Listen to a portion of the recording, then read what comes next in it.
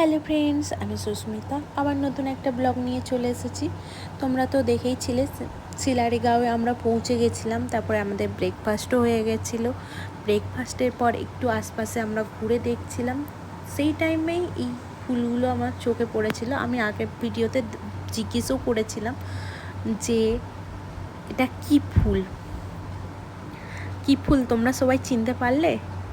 আশা করি সবাই চিনতে পেরে গেছো।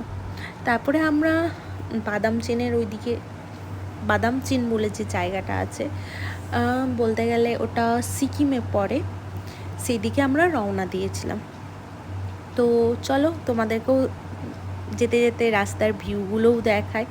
এত সুন্দর ভিউ, মাঝে মাঝে ভিউ পয়েন্টও ছিল কিছু কিছু জায়গায়। সেই জায়গাগুলোতে আমরা দাঁড়িয়ে অনেক ফটো তুলেছি, ভিডিও করেছি, রিলস করেছি, কিছু কিছু রিলস পোস্টও করেছি। আর জায়গাগুলো এত সুন্দর, মুখে বলে তো আমি বোঝাতে পারবো না। এই দেখো আমরা সিকিম ঢুকে গেছি, জাস্ট দেখতেই পাচ্ছ লেখা আছে ওয়েলকাম টু সিকিম। প্রথমের গেটটা আমি নিতে পারিনি, মানে যতক্ষণে আমি গেটটা নিব তা করতেই কি বলবো, তা করতেই গাড়ি চলে যায়, সেই জন্য আমি আর নিতে পারিনি। আর তোমরা জানাও তোমরা কেমন আছো? কেউ তো কমেন্ট করে বলছো না কেমন আছো, তোমাদের দিনগুলো কীরকম কাটছে। এই দেখো সুন্দর সুন্দর ভিউ আছে, এত সুন্দর সুন্দর ভিউ আছে আমি বলে বোঝাতে পারবো না। ভিউ মানে অসাধারণ ভিউ, দেখলে দেখতেই মন করে। আমি বারবার বলেছি এই যে আমি ঘুরতে গেছিলাম, প্রত্যেকটা ভিডিওতে আমি বলতে বাধ্য হয়েছি এত সুন্দর ভিউয়ের জন্য। তার সঙ্গে সঙ্গে কিছু কিছু জায়গায় রাস্তা খারাপও ছিল, দেখতেই পাচ্ছ। মানে বেশি রাস্তা না, একটু একটু রাস্তা খারাপ ছিল। আর একটু একটু রাস্তা খারাপ মানা যায় অত সুন্দর ভিউয়ের জন্য, মানে অত সুন্দর ভিউ দেখার জন্য একটু একটু রাস্তা খারাপ থাকলে মানে চলে। আর মানে এখানে তো কিছু তোমরা বুঝতে পারছো না, মানে ভিউগুলো মানে যতক্ষণ না তোমরা নিজের চোখে দেখবে এই ভিউটা, মানে ততক্ষণ মানে বুঝতে পারবে না এই ভিউয়ের মর্ম কী। মানে দেখে মনে হচ্ছে সব কিছু, মানে শরীরের অসুস্থতা দূর হয়ে যাও। আর একটা কথা বলে রাখি, আমার এটা তো পুজোর পরের ঘটনা। পুজোর টাইমে প্রচুর পার্লারের কাজের চাপের জন্য প্রচুর শরীর অসুস্থ হয়ে পড়েছিল। আমার দশমীর দিন প্রচুর শরীর অসুস্থ ছিল, আর একাদশীর দিনেও মোটামুটি শরীর ছিল।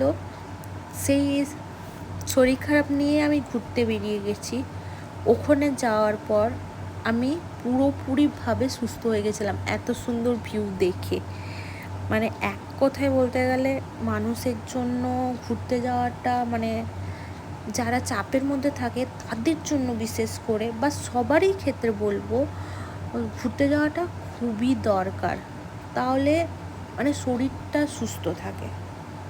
মানে যে সবাই ডাক্তারের পিছনে টাকা খরচা, মানছি ডাক্তারের পিছনে টাকা খরচা করছো, তার সঙ্গে সঙ্গে একটু ঘুরে এসো, মাইন্ড ফ্রেশ করে এসো, তো আমি বলবো শরীর আরও বেটার সুস্থ থাকবে।